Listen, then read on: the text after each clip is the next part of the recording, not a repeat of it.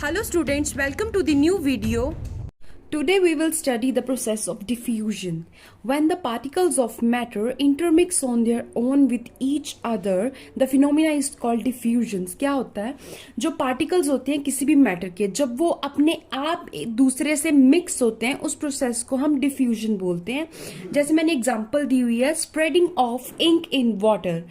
पानी में इंक अपने आप मिक्स हो जाती है ना, ये किसकी एग्जाम्पल है? डिफ्यूजन की. During diffusion the particles occupy the inter particle spaces. मैंने ये आपको पहली वीडियोस में भी बताया हुआ है. जैसे मैंने एग्जांपल ली थी, वाटर में आप शुगर ऐड करते हो तो पानी का लेवल बढ़ता नहीं है. क्या होता है, जो शुगर के मॉलिक्यूल्स होते हैं, जो वाटर के बीच में जो स्पेसेस होती हैं, उनको जाके ऑक्यूपाई कर लेते हैं. सेम इसमें भी ऐसा ही होता है. ड्यूरिंग डिफ्यूजन के दौरान क्या होता है, जो पार्टिकल्स होते हैं वो इंटर पार्टिकल स्पेसेस को ऑक्यूपाई कर लेते हैं.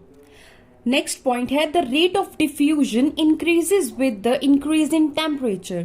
जो डिफ्यूजन का रेट है, जैसे जैसे हम टेम्परेचर को इंक्रीज करते जाएंगे वैसे वैसे ही डिफ्यूजन का रेट भी इंक्रीज होगा. ऐसा क्यों? क्योंकि जब हम टेम्परेचर इंक्रीज करेंगे तो पार्टिकल्स क्या पोजेस कर लेंगे? काइनेटिक एनर्जी, जिसके कारण क्या होगा, मॉलिक्यूल्स रैंडमली मूव करना शुरू कर देंगे, इसीलिए डिफ्यूजन भी ज्यादा होगी.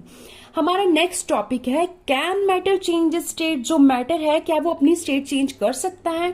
इसमें हम सबसे पहले पढ़ेंगे effect of change of temperature on the state of matter. Temperature का क्या इफेक्ट होगा किसी भी मैटर की स्टेट पे? ऑन इंक्रीजिंग टेम्परेचर, जब हम टेम्परेचर इंक्रीज करते हैं तो क्या होता है, पार्टिकल्स की kinetic energy that also increases and वो वाइब्रेट करना शुरू कर देते हैं. जब काइनेटिक एनर्जी इंक्रीज हो गई, मॉलिक्यूल्स के पास या पार्टिकल्स के पास उनकी मूव करने की कैपेसिटी होगी, इसलिए वो वाइब्रेट करेंगे विद हायर एनर्जी, ज्यादा एनर्जी के साथ. उससे क्या होगा, the inter particle force of attraction between the particle reduces.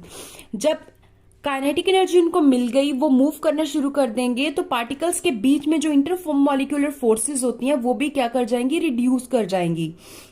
And जो पार्टिकल्स पहले जुड़े हुए थे वो डिटैच कर जाएंगे, मीन्स कि अलग अलग हो जाएंगे अगर उनके बीच में जो फोर्स है वो कम हो गई. And begin to move freely. जब वो डिटैच हो गए, एक दूसरे से अलग हो गए, तो अब वो क्या फ्रीली मूव कर सकते हैं. This is the effect of temperature. Next है, as a result the temperature of matter begins to change. ऐसे क्या होगा, जो किसी भी स्टेट, मैटर की कोई भी स्टेट है, वो चेंज कर जाएगी. नेक्स्ट पॉइंट में बताया हुआ है, solids undergo a phase change to form liquid. Solid जो होते हैं उनका फेस चेंज होता है जब वो लिक्विड बन जाते हैं. ऐसे ही लिक्विड भी अपना फेस चेंज करके क्या बनते हैं, गैसेस बन जाते हैं. ये आपको बताया effect of change of temperature on state of matter. अभी हम पढ़ेंगे effect of change of pressure. Pressure का क्या चेंज होगा, चलिए शुरू करते हैं. बाय अप्लाइंग प्रेशर, जब हमने प्रेशर अप्लाई किया, अभी ध्यान से देखो, हम टेम्परेचर जब इंक्रीज करते हैं क्या होता है, मॉलिक्यूल्स को या पार्टिकल्स को हीट मिलती है, उनमें काइनेटिक एनर्जी आ जाती है. अभी हम ये कोई भी वेसल है, इसमें ये मॉलिक्यूल्स पड़े हुए हैं, हमने ये ऊपर पिस्टन ले लो जो ढकने वाला है, हमने ऊपर से क्या अप्लाई किया, प्रेशर अप्लाई किया. क्या होगा, जो मॉलिक्यूल्स होंगे जब ये नीचे आएगा, मॉलिक्यूल्स टाइट हो जाएंगे. जब ऊपर से प्रेशर लगा, क्या होता है, by applying pressure the inter particle spaces between the particles of matter decreases. जब पार्टिकल्स एक दूसरे के पास पास आ गए तो उनके बीच में जो डिस्टेंस होगा वो भी डिक्रीज कर जाएगा.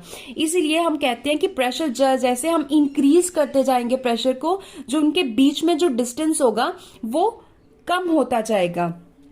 We can convert a solid from a liquid and a liquid from gas. ऐसे करके हम एक लिक्विड से सॉलिड बना सकते हैं और एक गैस से लिक्विड भी बना सकते हैं. फॉर एग्जाम्पल ये देखिए, जैसे मैंने आपको बताया, ये लिक्विड के मॉलिक्यूल्स हैं, इसमें हमने क्या अप्लाई किया, प्रेशर को अप्लाई किया. जब यहाँ पे प्रेशर आ गया तो मॉलिक्यूल्स क्या होंगे, पास पास हो गए, उनपे स्पेसेस भी कम हो गई. ये मॉलिक्यूल थे लिक्विड के और ये बन जाएंगे सॉलिड के. ठीक है, अगर हम ये गैस के पार्टिकल्स हैं, बहुत दूर दूर हैं, ठीक है, अगर हम इस पे भी प्रेशर अप्लाई करेंगे, जब प्रेशर अप्लाई किया तो ये ऐसे लिक्विड में आ जाएंगे, इनमें जो स्पेसेस है वो कम हो जाएंगी. ये कहना चाहता है कि change of in pressure on the state of matter ऐसे होता है. नेक्स्ट एक मैंने आपको ये चीज बताई हुई है, अगर गैस है, गैस अगर लिक्विड में कन्वर्ट होती है उसको हम कंडेंसेशन बोलते हैं। अगर लिक्विड गैस बन जाता है तो उसको हम इवेपोरेशन या वेपोराइजेशन भी बोलते हैं। उसके बाद जब लिक्विड सॉलिड बनता है तो उसको बोलते हैं फ्रीजिंग, और इस प्रोसेस को हम सॉलिडिफिकेशन भी बोलते हैं। जब सॉलिड लिक्विड में कन्वर्ट होता है then we call it melting, और we can say it is fusion. और जब सॉलिड डायरेक्टली गैस में चेंज होती है, सॉलिड का कोई भी मॉलिक्यूल अगर डायरेक्टली गैस में चला जाए without undergoing the liquid state, उसको हम बोलते हैं सब्लिमेशन।